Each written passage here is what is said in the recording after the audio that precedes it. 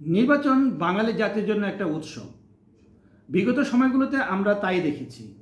এর ব্যতিক্রম ছিল বিগত ৩টি সংসদ নির্বাচন। আওয়ামী লীগের আমলে, বিগত আওয়ামী লীগ সরকারের আমলে যে ৩ সংসদ নির্বাচনগুলো হয়েছে, এই নির্বাচনগুলোতে জনগণের কোনো অংশগ্রহণ ছিল না। এ কারণে উৎসবও দেখা যায়নি। দীর্ঘ ১৫ বছর পর আবার নির্বাচনী উৎসবের জন্য উদগ্রীব হয়ে আছে গোটা জাতি।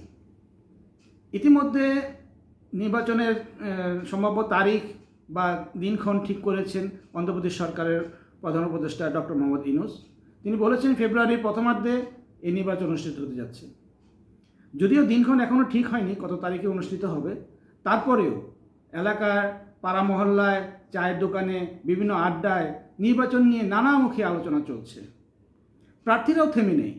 প্রার্থীরাও যাচ্ছে নির্বাচনী এলাকায়, প্রচার চালাচ্ছে, নিজেদেরকে মেলে ধরছেন ভোটের জন্য বা তাদের কাঙ্ক্ষিত প্রার্থী হওয়ার জন্য। তারপরেও কিন্তু কিছু শঙ্কা থেকে যায়।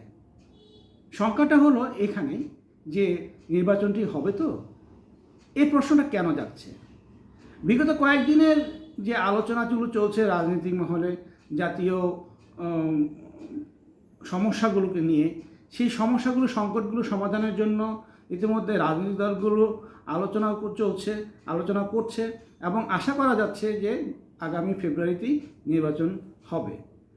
অন্ধ্রপ্রদেশ সরকারের পক্ষ থেকে তেমনটাই বলা হয়েছে যে যত ঝড়ঝঞ্ঝাই আসুক না কেন, আগামী ফেব্রুয়ারিতে প্রথমার্ধেই জাতীয় সংসদ নির্বাচন হবে।